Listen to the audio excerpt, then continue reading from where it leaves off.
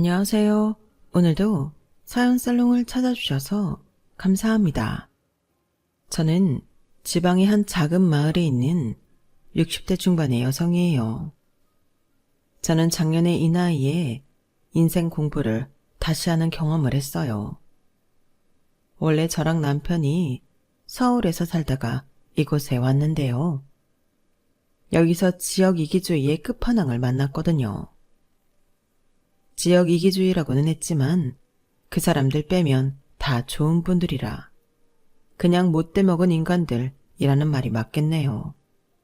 특히 부녀 회장이라는 여자가요. 어디를 가나 이상한 사람은 꼭 있다고 하잖아요.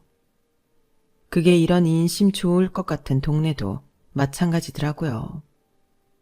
그러니 저처럼 귀농을 한다거나 귀촌을 계획하고 계시는 분들이 있다면 오늘 제 이야기를 잘 들어주시면 좋을 것 같아요. 저와 남편은 둘 다 교사였어요. 남편은 중학교 교사였고 저는 초등학교 교사였는데 같은 재단에 있는 학교라서 담 하나를 사이에 두고 있었죠. 학교 자체가 달라서 평소에는 만난 적이 없었는데 남편 동료 교사가 저희 사이에 다리가 되어주었어요. 저와도 친분이 있던 영어 선생님이었는데 저와 남편이 잘 맞을 것 같다고 해서 저희 부모님, 남편 부모님께 연락을 했고 그렇게 정식으로 선을 봤네요. 두 사람 다 학교 선생이라 함께 대화할 주제도 많았고 남편이 자상한 사람이라 좋았어요. 결혼해서 저희는 딸을 하나 두었고 정말 남부럽지 않은 하루하루를 보냈어요. 딸이 매일 자라는 모습이 저희 부부의 기쁨이고 행복이었어요. 정말 할 수 있는 모든 것을 해주리라 매일 다짐하고 그렇게 하려고 노력했네요. 딸아이도 우리가 자기를 얼마나 사랑하는지 잘 아는 것처럼 잘 웃는 아이였어요. 누가 봐도 티 없이 웃고 어른들 눈치 살피지 않는 모습에 아이가 참 맑고 예쁘다는 말을 많이 들었네요. 딸은 유치원도 잘 다녔고 초등학교에 들어가서도 친구들도 많이 사귀고 잘 지냈어요. 그러던 딸에게 이상을 발견한 건 3학년 때였어요. 아이가 열이 나고 발진이 있어서 감기인 줄 알고 약을 먹이고 재웠는데도 안 낫더라고요. 병원에 다녀와서는 좀 괜찮아지는 것 같았어요. 근데 그 뒤로 이상하게 피곤해하고 조금만 걸어도 숨이 차다고 하더라고요. 저와 남편은 덜컥 겁이 나서 아이를 데리고 대학병원에 갔더니 의사가 심각한 표정으로 검사를 좀 해봐야겠다고 하더군요. 혈액 검사며 이런저런 검사를 하더니 심장에 문제가 생겼다는 거였어요. 너무 기가 막혔어요. 아니, 지금까지 별 문제 없이 잘 살았는데 무슨 심장 문제라는 거예요? 가와사키병이에요. 급성 혈관염인데 그것 때문에 심장 기능에 이상이 생겼어요. 저희 부부는 너무 충격을 받아서 둘 다 말문이 막혀버렸어요. 그리고 각자 자신은 얼마나 질책했는지 몰라요. 애가 그렇게 아프면 처음부터 큰 병원을 갔어야 했는데 그냥 감기나 가벼운 홍역인 줄만 알고 약국하고 동네 병원만 가서 병을 키웠어. 내가 무슨 엄마야. 엄마라는 사람이 너무 한심하다. 그러지 마, 여보. 나도 마찬가지지. 내가 그냥 감기 같다고 했잖아. 그래서 우리가 다른 생각 못한 거야. 진짜 원인은 나한테 있어서. 미안하다, 우리 딸. 아빠가 어리석어서. 그러다가 저희 두 사람은 부둥켜 안고 펑펑 울었어요. 어린 딸이 가여워서 견딜 수가 없었네요. 불쌍한 우리 딸아이를 위해서라도 저희는 정신을 차려야만 했어요. 남편은 저를 다독이며 말했어요. 우리 미연이 다시 건강해질 수 있어. 그러니까 우리가 힘내자. 당신이랑 내가 의연해야 애도 담담하게 극복하지. 알았지? 응, 알고는 있는데 자꾸 눈물이 나와서. 알았어. 당신 말이 맞아. 이제 그만 울고 앞으로를 생각해야지. 우리 잘해보자, 여보. 아이는 우선 심장 수술을 받아야 했어요. 조그마한 아이한테는 너무나 큰 수술이었죠. 딸이 수술실에 들어가 있는 동안 제발 아무 문제 없이 무사히 수술이 끝나게 해달라고 빌고 또 빌었어요. 다행히 수술은 잘 되었고 여러 약물 치료를 병행하며 당분간 병원에 입원했어요. 그러느라 학교는 당연히 휴학계를 냈고요. 퇴원 후에도 한동안은 운동도 제한해야 하고 일상생활을 회복하는 데에 시간이 필요해서 저 역시 휴직계를 내고 아이 옆에 붙어서 내내 병간호를 했어요. 아이는 친구들처럼 학교에도 가고 뛰어놀고 싶어 했지만 그러려면 좀 더 시간이 필요했어요. 미연아, 조금만 참고 운동 시간 점차 늘리고 숨 안 차게 되면 친구들하고 놀 수 있어. 학교도 다시 가고. 그러니까 병원 잘 다녀야 돼. 알았지? 병원 너무 싫은데. 병원만 가면 죽을 것 같단 말이야. 입원한 사람들 보면 나처럼 다 아픈 것 같고. 다 싫어. 그 사람들도 다 미연이처럼 나으려고 하고 있는 거야. 의사 선생님이 치료해 주는 거잖아. 미연이도 그래서 점점 나아지고 있는 거고. 지금까지 잘했잖아. 미연이 끝까지 잘 다닐 수 있어. 엄마가 있잖아. 엄마 옆에 있는데 뭐가 무서워? 그럼 엄마가 나 안 죽게 지켜줄 거야? 딸아이가 순진한 눈망울로 그렇게 말하는데 어찌나 가슴이 아프던지. 금방이라도 눈물이 터질 것 같았지만 저는 꾹꾹 참으며 말했어요. 그럼 우리 딸이 죽기는 왜 죽어? 그런 일 없으니까 무서워하지 마. 이제 건강해질 일만 남았어. 그날 밤 저는 남편을 붙잡고 펑펑 울었어요. 아이가 얼마나 힘들었으면 병원 가면 죽을 거라는 생각을 했을까요? 부모님들이 왜 차라리 내가 아프면 좋겠다 그러셨잖아. 어떤 심정이었는지 너무 잘 알겠어. 왜 내가 안 아프고 우리 미연이가 아픈 건지. 엄마가 딸아이를 이렇게 아프게 했으니 어쩌면 좋아.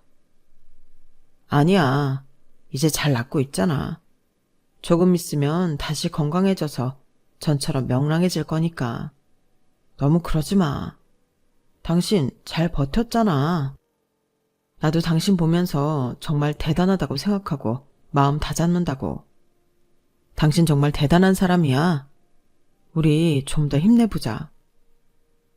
그렇게 힘든 시간들이 지나가고 나니 딸은 더 이상 운동을 해도 힘들어하지 않았어요. 병원에서도 정기검진은 와야 하지만 일상적인 생활에는 문제가 없다고 했고요. 체육도 해도 되고 친구들하고 뛰어놀아도 됩니다. 미연이 그동안 고생 많았다. 앞으로는 친구들하고 많이 놀러 다녀. 공부도 열심히 하고. 알았지? 그제 딸아이한테 정이 든 담당 의사 선생님은 다정하게 딸아이를 격려했고 우리 가족들은 그날 기쁨에 겨워 홈파티를 열었어요. 아이가 좋아하는 음식들을 해주고 케이크도 사왔죠. 저희는 오랜만에 행복한 시간을 가졌네요. 딸아이의 건강이 얼마나 소중한 건지, 아니 딸뿐 아니라 가족 건강의 소중함을 뼈저리게 느꼈어요.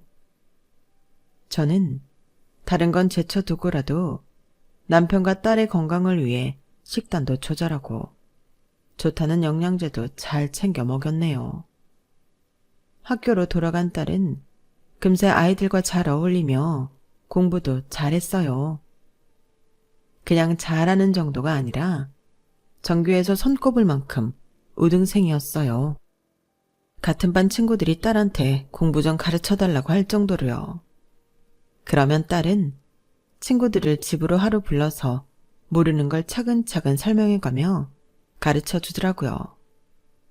간식을 챙겨주며 친구들 가르치는 딸을 보고 있자니 어찌나 대견한지 절로 웃음이 지어졌어요.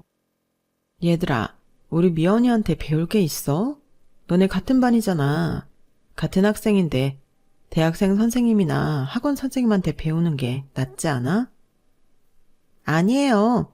미연이가 훨씬 더 설명도 쉽게 하고 머리에 쏙쏙 들어와요. 맞아요.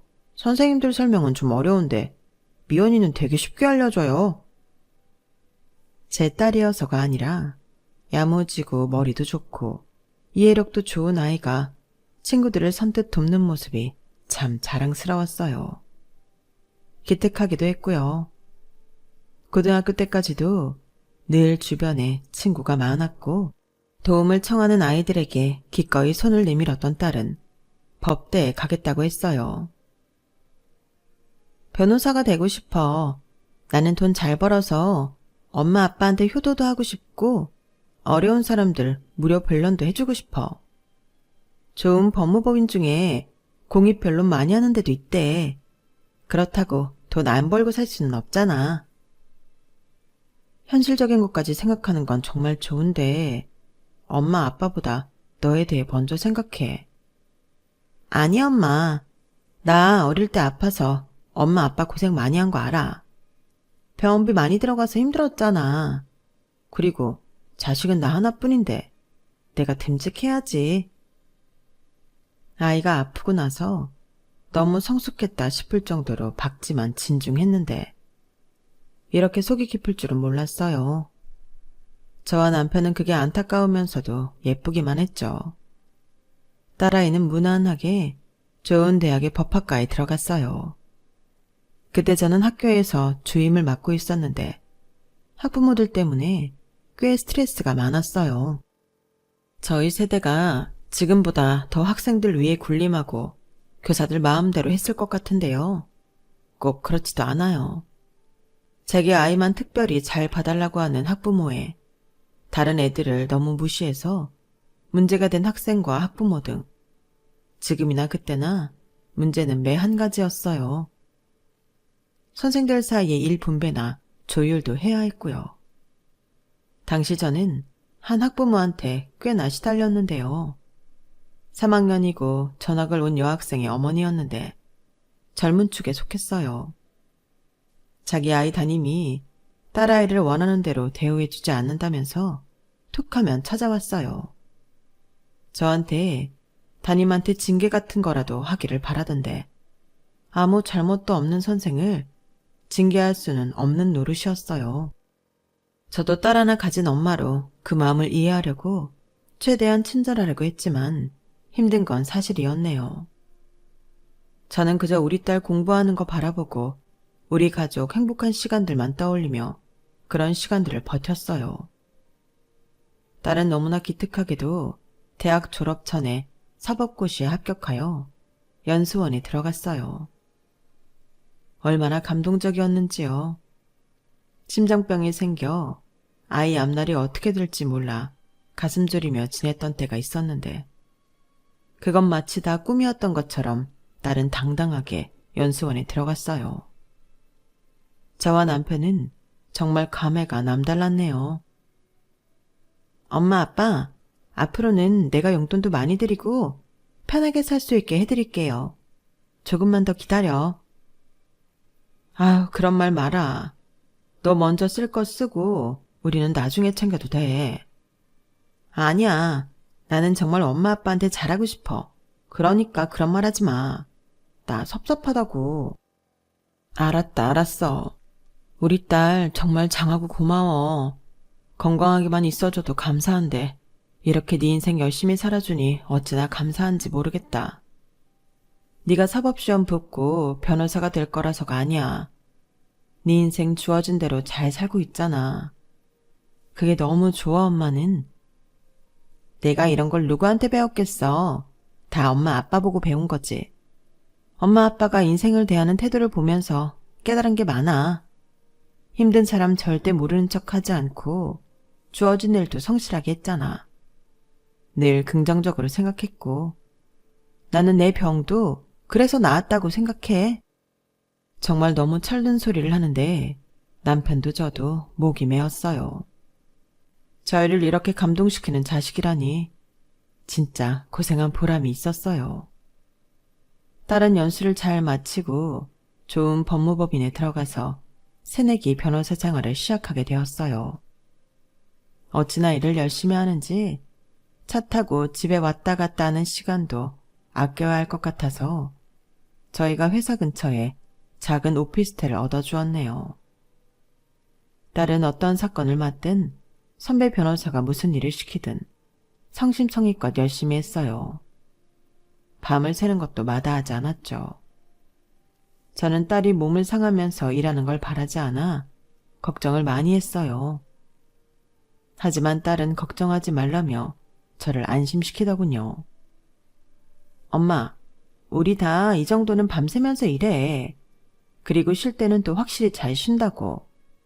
나 건강 위해서 많이 노력해. 밥도 자극적이고 조미료 많이 들어간 거 안 먹으려고 하고, 야채도 많이 먹고, 현미밥도 일부러 찾아서 먹어. 운동도 꾸준히 하고. 그러니까 내 걱정하지 마. 나는 엄마 아빠가 나이 들어서 운동 잘 안 하시는 것 같아 걱정이야. 운동 좀 해. 아빠 보고도 하라고 하고. 딸아이 잔소리에 저는 운동을 시작했지만 남편은 아침에 동네 휙 돌고 공원 산책하고는 운동 끝났다며 다른 거 하기를 귀찮아했어요. 어쨌든 그래도 둘 다 건강검진 문제 없었으니 크게 신경을 안 썼네요. 딸은 법무법인에서도 점점 인정받기 시작해서 2년이 되고 3년이 되면서 더 중요한 사건들을 맡기 시작했어요. 그러면서도 공익변호도 계속했고요. 그것만큼은 누구보다 열심히 하는 딸이었어요. 시간이 지나 남편이 정년퇴직을 하고 몇 년 후 저도 정년퇴직을 했어요. 딸은 일한다고 바빠서 결혼을 안 하다가 저희가 정년퇴직하고 얼마 안 돼서 좋은 사람을 만나 결혼하게 됐죠. 그러고 났더니 정말 할 일을 다 한 것 같더라고요. 남편도 인생의 숙제를 다 마친 기분이라고 했어요. 이제 우리 여행이나 다니면서 인생 즐기자고. 당신도 고생 많았어. 지금도 미연이 때문에 가슴 졸이는 거 아는데 이제 안 그래도 될 것 같아. 옆에 떡하니 김서방도 있잖아. 그래요, 맞아. 당신 말대로 이제는 한시름 났어요. 당신 수고 많았어요. 당신도 수고했어. 이제 우리 둘만의 시간을 가져보자고. 하지만 남편의 뜻대로 되지는 않았네요. 인생이란 게 언제 어디서 무슨 일이 터질지 모르잖아요. 남편은 뜻밖의 위암 판정을 받게 됐고 바로 수술을 받아야 했어요. 딸과 사이는 요즘 암 생존율도 높고 수술 후 경과도 좋으니 걱정하지 말라며 저희를 많이 위로해줬네요.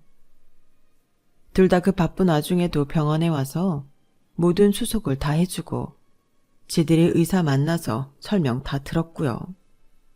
수술날은 아예 시간을 비우고 와서 저와 함께 있어줬어요.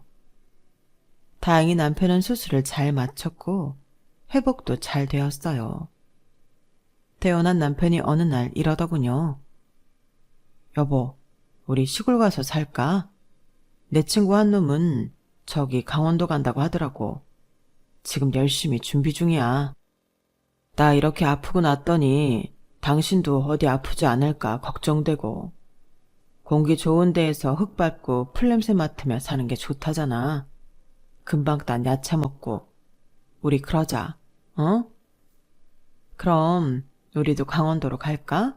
어디가 좋아? 나는 따뜻한 데가 더 좋은 것 같은데. 저희 부부는 한 보름 정도 논의를 더 한 후에 따뜻한 지방으로 가기로 결정을 하고 딸 부부한테도 이야기를 했어요. 딸 부부는 잘 생각했다며 공기 좋은 데에 가서 한가롭게 살라고 했어요. 무슨 일 있으면 꼭 전화해. 나랑 오빠가 바로 갈 거니까. 알았지? 거기 병원 가는 건 어때? 차 타고 1시간쯤 가면 바로 대도시야. 대학병원 있고 걱정하지 마. 알았어. 그래도 무슨 일 있으면 우리 꼭 불러. 딸은 그렇게 신신당부하고 우리를 내려보냈어요. 저희 부부가 내려가기 전 이미 사위가 우리가 살 집과 땅을 싹 둘러보고 리모델링을 다 해줬고 이삿짐 센터까지 불러줘서 저와 남편은 몸만 편하게 내려갈 수 있었죠. 이삿짐 센터 직원들과 열심히 짐을 나르고 정리를 좀 한 다음에 다 함께 가까운 데에 있는 식당에 가서 밥을 먹고 왔더니 저랑 비슷한 나이의 여자가 대문 밖에서 저희 집을 기웃거리는 게 보였어요. 저는 얼른 가서 인사를 했어요. 안녕하세요. 동네 분이세요. 저희 여기 이사 왔어요. 앞으로 잘 부탁드려요. 그러게. 얼마 전까지 공사한다고 이 주변 아주 복잡하게 만들고 보통 불편을 끼친 게 아닌데 살 사람들은 보이지도 않아서 뭐 하는 사람들인가 궁금했네요. 내가 여기 부녀회장인데 그간 불편하게 한 것도 있고 마을 사람들한테 미리 양해도 안 구했잖아요. 저희 불편한 값으로 오늘 30만 원만 받읍시다. 보자마자 이런 말을 하는 부녀회장이라뇨. 저와 남편은 황당해서 서로를 쳐다보았어요. 남편이 좋은 말로 이렇게 말했어요. 아, 네, 회장님이시군요. 안녕하세요. 저랑 집사람은 서울에서 학교 선생을 하다가 정년 퇴직했어요. 제 건강 문제도 있고 집사람도 더 건강하게 아프지 않고 살았으면 해서 이렇게 오게 됐네요. 그동안은 저희 사위가 여기 공사 책임자와 소통해 왔어요. 그래서 인사가 늦었네요. 일단 짐 정리를 다 하고 저희가 정식으로 인사드리러 갈게요. 댁이 어디신지 알려주세요. 아, 글쎄, 서울에서 멀어다 왔건 필요 없고 일단 저희 불편하게 한 값은 주세요. 그리고 그쪽 연락처부터 줘요. 그럼 내가 우리 집 주소랑 보낼 테니까. 부녀회장이라는 사람은 막무가내로 30만 원을 내놓으라더군요. 어이가 없었지만 이사 오고 첫날부터 괜히 감정 상하기 싫고 첫 시작을 잘하고 싶은 마음에 제가 돈을 보내주겠다고 하니 바로 현금으로 달라는 거였어요. 어쩔 수 없이 가지고 왔던 비상금에서 30만 원을 내줬네요. 부녀회장은 일방적으로 제 번호를 알아가서는 정말로 자기 집 주소를 보냈어요. 저녁 먹기 전에 인사를 오라나요? 참나. 저랑 남편이 그렇게 오래 교직 생활을 하고 많은 교감 교장을 거쳤지만 이런 사람은 없었어요. 세상 어느 권력자보다도 더한 것 같았죠. 아무튼 우리는 잘 지내고 싶은 마음에 짐 정리를 하다 말고 저녁 5시쯤 부녀회장 집을 찾아갔어요. 주소가 나와 있어도 집들이 드문드문 있고 주변에 알아볼 만한 특징 있는 건물이 없어서 찾는 데에 좀 애를 먹었어요. 부녀회장 집은 그 근처에서는 꽤 크고 좋은 3층 빌라의 3층이었어요. 근처 슈퍼에서 음료수 세트를 사서 들고 갔는데 부녀회장은 고맙다는 말도 없이 받아들더니 이렇게 말했어요. 여기는 서울하고 달라서 학교 선생이었던 대단한 사장이었던 뜨내기는 뜨내기예요. 알겠어요? 있을 동안만이라도 협조 잘 하시라고요. 회장님, 저희 오래 있을 생각입니다. 남은 여생 계속 있을 수도 있고요. 아, 그건 두고 봐야 하는 거고 그 바깥 양반은 좀 조용히 하시고 한 사람 나랑 얘기 좀 해요. 부녀회장은 아무 말 안 한 남편을 무안하게 만들더니 대뜸 저를 보았어요. 그 보니까 집 뒤편으로 땅이 꽤 넓던데 울타리를 산 입구 전까지 쳤더라고요. 그 땅 다 산 거예요? 아, 예. 저희가 울타리 친 데까지는 저희가 산 거 맞아요. 그거 다 어떡하시려고? 서울 사람이 밭일을 제대로나 할 줄 알겠어요? 그러지 말고 그 텃밭을 우리 부녀회에 기증해요. 아니면 마을 회관이나 그럼 우리 할 일 없는 아줌마들이 자기들 먹고 싶은 거 심어서 각자 가져갈 테니까. 저희도 다 계획이 있어요. 잘하지는 못해도 거기 허브 농원처럼 만들려고 하고요. 무작정 저희 땅을 기증하라고 하시니 왜 그러시는 건지. 왜라니? 우리가 편하게 놀 데가 필요하니까 그렇지. 노는 거라면 마을 회관이나 양로원 같은 데가 있잖아요. 엄연히 저희 땅이고 저희 집 거실에서 훤히 다 보이는데 누가 우리 집 마당에서 그러고 있으면 저희가 편히 쉴 수 있겠어요? 그건 좀 지나친 요구 같으시네요. 여기 사람들이 평생 농사 짓고 일만 했다 생각하죠? 아니거든요. 저희도 일하는 사람이나 하지 안 그런 사람도 많아. 그래서 심심풀이로 밭을 가꿀 것도 필요하고 어쨌든 생각해놔요. 그리고 지금부터 마을회관 이용할 거죠? 안 그래도 우리가 어제 바로 전기시설 다시 수리하고 에어컨도 새로 들였거든. 마을에서 일괄적으로 40만 원씩 다 걷었으니까 그쪽도 40만 원 내요. 내가 계좌 보낼 테니까 거기로 모레까지 보내요. 늦지 마요. 그러더니 대문을 닫고 들어가 버렸어요. 저희는 황당해서 그날 저녁 먹을 생각도 못하고 여기 내려온 걸 잘한 건지 고민을 했네요. 남편은 이렇게 말했어요. 어쨌든 우리도 이제부터 마을회관 이용하게 될 테니까 돈을 내자고. 그게 정말 40만 원이었는지는 알 수 없지만 그렇다는데 뭐 어쩌겠어. 보니까 우리처럼 귀농한다고 왔다가 얼마 안 있어서 다시 떠나고 하는 사람들이 있었던 것 같아. 그래서 저러는 거겠지. 저희는 어쨌든 좋게 생각하려고 애썼고 그 자리에서 40만 원을 부녀회장 계좌로 보냈어요. 오자마자 생각지도 않은 돈 70만 원이 나간 거죠. 하지만 그 후로 일주일 정도는 부녀회장과 마주치는 일 없이 평온한 날들이 이어졌어요. 사람들이 나이 들수록 자연이 좋아진다는 게 뭔지 알겠더라고요. 아침마다 서울에서는 들을 수 없던 새소리에 온통 초롱인 풍경을 보며 하루를 시작하니 마음이 여유롭고 편안하더라고요. 서울에는 없는 벌레들도 있고 불쑥 튀어나오는 동물들도 있었지만 이게 다 흙이 있고 풀이 있고 숲이 있어서라고 생각하니 너그러워지더라고요. 주말에 찾아온 딸 부부도 저희가 편해 보인다며 잘됐다고 좋아했고요. 딸내가 하루를 자고 다음날 떠난 후에 처음으로 마을 회관 갈 일이 생겼어요. 경로잔치 회의를 한다고 문자가 왔더라고요. 그런데 저희가 마을 회관 마당에 들어서자마자 한 남자가 저희를 가로막았어요. 새로 이사 오신 분들이죠?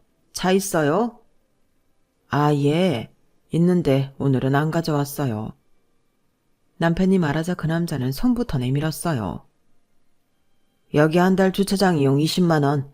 그것부터 내시고 누나가 그러는데 그 댁 뒷마당 텃밭 안 내줄 거면 오늘 회의 못 들어온다고 했어요. 저는 더 이상 참을 수 없어 좀 날카롭게 말했어요. 아니, 차 사용을 할지 안 할지도 모르는데 무작정 주차장 이용료부터 내라뇨. 그건 그렇다 쳐요. 우리 텃밭을 안 내놓으면 못 들어간다뇨. 그쪽이 부녀회장 동생이면 동생이었지. 무슨 권한으로 이러세요? 내가 이장이에요. 그리고 우리 누나 말 안 들으면 여기 참석할 생각도 하지 말아요. 이런 말도 안 되는 횡포에 남편도 화가 났고 저희는 회의고 뭐고 그냥 집으로 돌아왔어요. 다음날 제가 장을 보러 시내 가까운 마트를 가느라 차를 몰고 나갔는데 마트 주차장에 있던 이장이 또 다짜고짜 20만 원을 내고 텃밭 어떻게 할 거냐고 하는 거였어요. 그때 인상 좋고 등치 좀 있으신 제 또래 여성분이 오더니 이장한테 이러더라고요. 충식이 너 뭐하냐?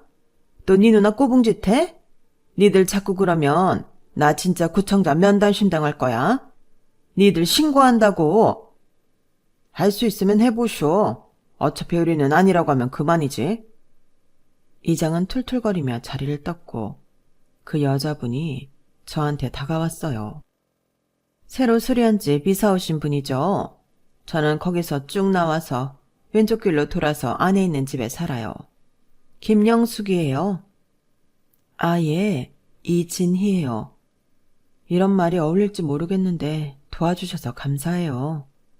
아우, 별 말씀을요. 여기가 작은 동네다 보니 저것들이 몇 년 전부터 부녀회장, 이장 완장차고서 아주 보통 행패가 아니에요. 저 둘 때문에 얼마 못 있다 나간 외지인도 있고요. 아, 저것들 못된 걸 좀 알아야 되는데 이상하게 구청이고 파출소고 저 인간들을 싸고 두는 것 같더란 말이죠. 아무튼 우리 다 이상한 사람들 아니에요. 오해는 마세요. 저희도 이렇게 사정 알아봐 주시는 분들이 있어 다행이에요. 감사해요. 여기 사람들 다 좋아요. 걱정 마시고 어울리세요. 못하면 점심 먹으러 저희 집 오세요.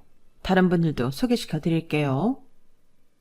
저희 부부는 그날 점심을 그 여자분 댁에서 먹으며 다른 마을 사람들도 만나고 좋은 시간을 보냈어요. 하지만 부녀 회장과 그 동생 이장이라는 사람은 어떻게 좀 해야겠다는 생각이 들더군요. 그리고 며칠 잠잠했어요. 그새 저희는 다른 마을 사람들과 인사하고 안면 트면서 조금씩 가까워졌어요. 다른 집 밭일 도우러 가서 음식도 같이 만들고 밭일도 배우고요. 한 번은 시선이 느껴져서 돌아보니 마을 사람들과 어울려 웃고 있는 저희를 노려보는 부녀회장이 서 있었어요. 어쨌든 부녀회장 파화가 있으니 몇몇 분들은 저희와 어울리지 않으려고도 했는데요. 아무튼 그 모습을 보니 또 뭔 일을 저지르려나 싶더라고요. 그리고 이틀인가 지났을 때 아니나 다를까 부녀회장이 저희 집 초인종을 요란하게 눌러댔어요. 나갔더니 이러더라고요. 보아하니 마을 잔챙이들하고 좀 어울리던데. 그럼 마을회관에 올 일도 생길 거 아니겠어? 우리 마을 발전기금을 내야 정식으로 마을 사람이 되는 거니까 300만 원 준비하고 이제 곧 우리 엄마 생신이야. 그때마다 마을 사람들이 정성으로 20만 원 모아서 줬으니까 거기는 주차장비하고 해서 40만 원. 이거는 내일까지 준비했다가 우리 동생 오면 주면 돼. 300만 원은 언제까지 돼? 아니 뭐 외지에서 온 사람들이 봉이에요? 무슨 사람 보기만 하면 돈을 달라고 해요. 주차장비는 뭐가 됐든 필요한 거니 줄 수 있지만 대거머니 생신비용을 달라뇨. 그리고 발전기금은 어디다 쓰는데요? 그거 여기 사람들 전부 300만 원씩 냈어요? 그거 계좌로 보내라는 거 아니죠? 저번에 저희한테 돈 받을 때처럼 따로 현금으로 달라는 거죠? 어디다 어떻게 쓰는지 알아야겠어요. 그러기 전에는 못 줘요. 아니 어디 남의 동네 와가지고 뻔뻔하게 그냥 눌러 살려고 들어. 댁들 오기 전에 우리가 이 마을 지키고 가꾼 게 얼만데 어디다 대고 내역서 같은 걸 요구하는 거야? 말하는 걸 보니 왕년에 회사 좀 다니며 일해본 사람 같은데 그런 경력으로 동네 사람들 위에 서서 괴롭히는 게 아닌가 싶더군요. 사실 저는 그때 부녀 회장을 보고 휴대폰 녹음 기능을 켜고 주머니 속에 숨겨서 나갔거든요. 다 녹음이 되어 있었죠. 이걸로 어떻게 해보고 안 되면 저희도 이 동네 생활을 포기하고 나가야겠다고 생각했어요. 저는 슬쩍 마트에서 처음 저를 도와줬던 분에게 물어봤더니 고개를 흔들더라고요. 아, 나라고 안 해봤겠어? 그래도 마을에서 말 좀 해본다는 사람들이 위에다가 얘기해봤지. 근데 왜인지 뭐 흐지부지 넘어가더라고. 저와 남편은 참 고민이 됐어요. 이런 게 시골의 폐쇄적인 면인가 싶더라고요. 어쨌든 공공기관에서는 작은 마을에서 일어나는 일까지는 관여하고 싶지 않은 것 같더라고요. 그렇게 며칠 저희 부부가 생각 중인데 누가 저희 차 앞 유리에 잔뜩 흙을 뿌려놓았더군요. 너무 화가 나서 블랙박스를 봤더니 그 부녀회장 동생이라는 이장이더라고요. 저와 남편은 바로 두 사람을 찾아가서 따졌어요. 그랬더니 밑도 끝도 없이 발뺌이었어요. 우리가 했다는 증거가 어디 있어? 증거 여기 다 있어요. 요새 블랙박스로 다 찍히는 거 몰라요? 제 말에 부녀회장은 움찔하는 것 같더니 뻔뻔하게 이러더라고요. 그러니까 왜 우리 엄마 생일 비용하고 300만 원 안 내나? 이 동네 사람들 다 주는 걸. 굴러온 돌들이 왜 물을 흐리고 안 주느냐고. 아예 앞까지 쓰면서 앞으로 여기서 편히 못 산다며 으름장을 놓는데 저와 남편은 말이 통하지도 않고 피곤하기도 해서 집으로 돌아왔어요.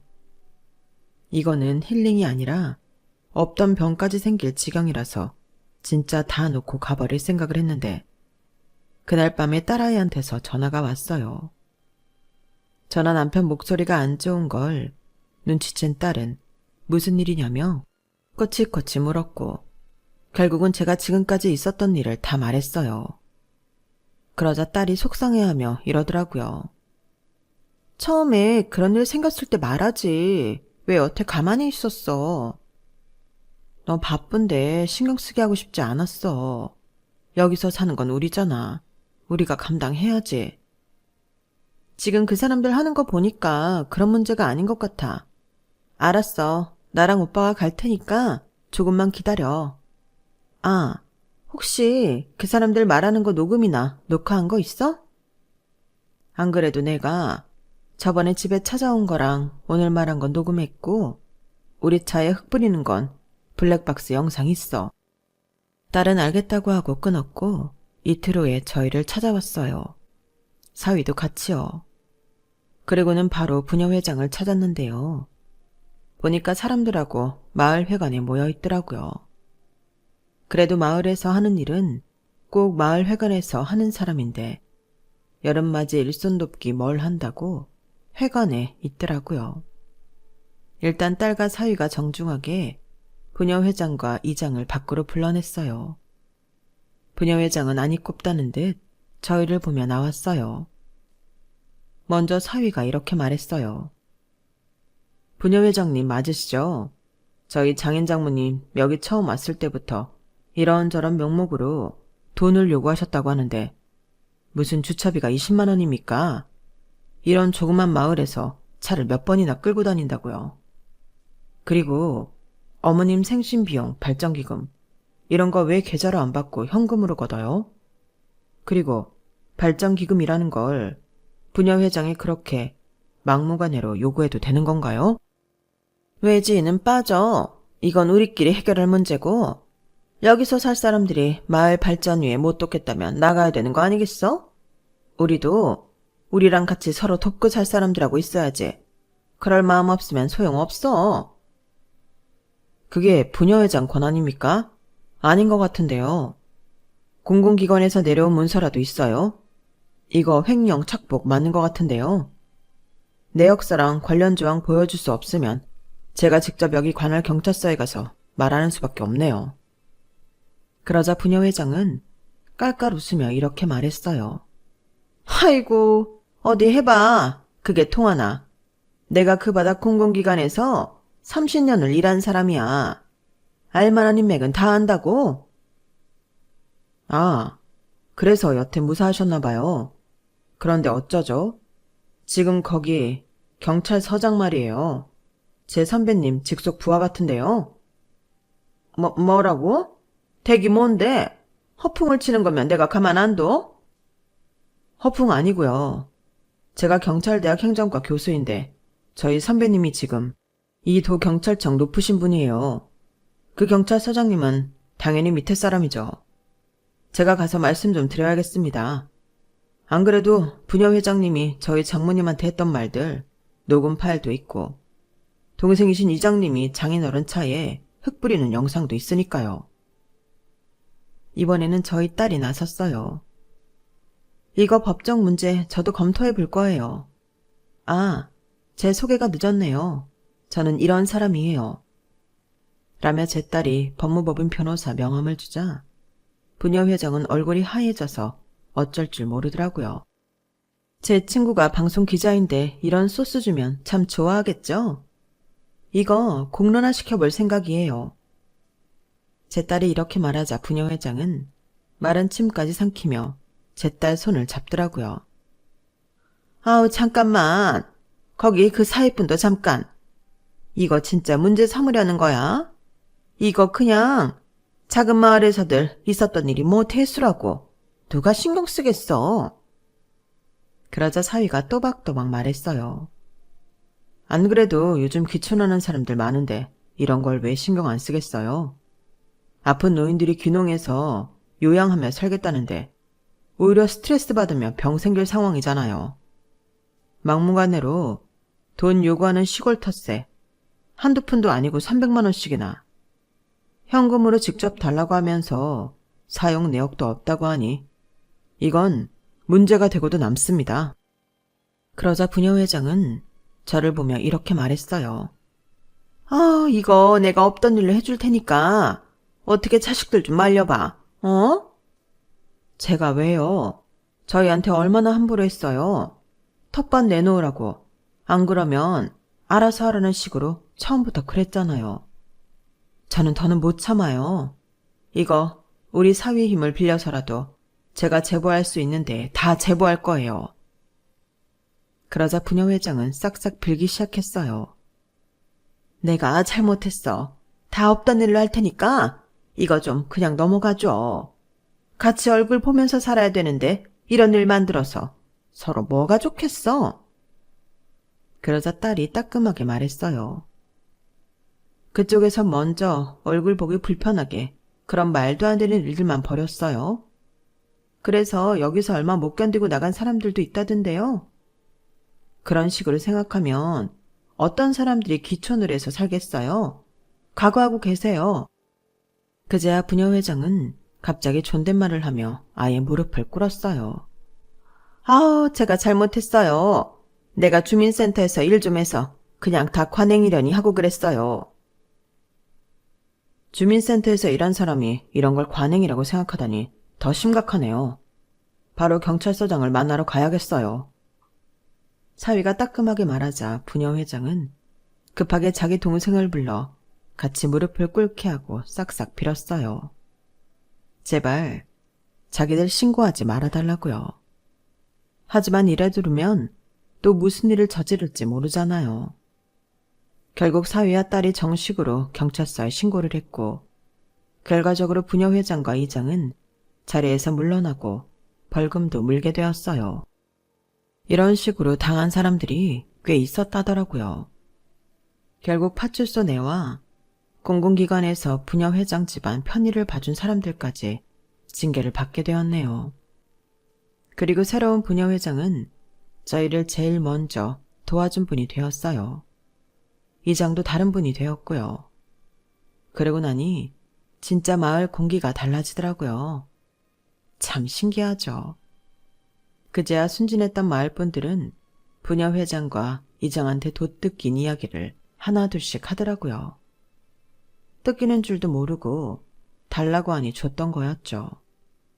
아무튼 그 사람들은 기가 죽어서 찍소리도 못하고 지냈고 마을 사람들과도 잘 어울리지 못하고 있네요. 저희는 평온한 일상을 되찾고 원했던 생활을 할 수 있게 되었어요. 어릴 적 저와 남편 없이는 걷지도 못할 때도 있었던 제 딸이 이렇게 저희 든든한 힘이 되어주니 참 감사한 일이죠. 아무튼 저희는 지금 잘 지내고 있어요. 딸하고 사위도 한 달에 2-3번은 꼭 찾아오고요. 저희와 함께 여행도 다니고요. 혹시라도 귀촌을 생각하고 계신 분이 있다면 저희 이야기를 잘 참고하시길 바랄게요. 무조건 맞춰주는 게 능사는 아닌 것 같네요. 그럼 제 이야기는 여기서 마치도록 할게요. 들어주셔서 다들 고마워요. 행복하세요. 여러분, 사연 댓글에 응원과 현명한 조언 부탁드려요. 좋아요와 구독은 저에게 큰 힘이 됩니다. 오늘도 좋은 일 가득하세요.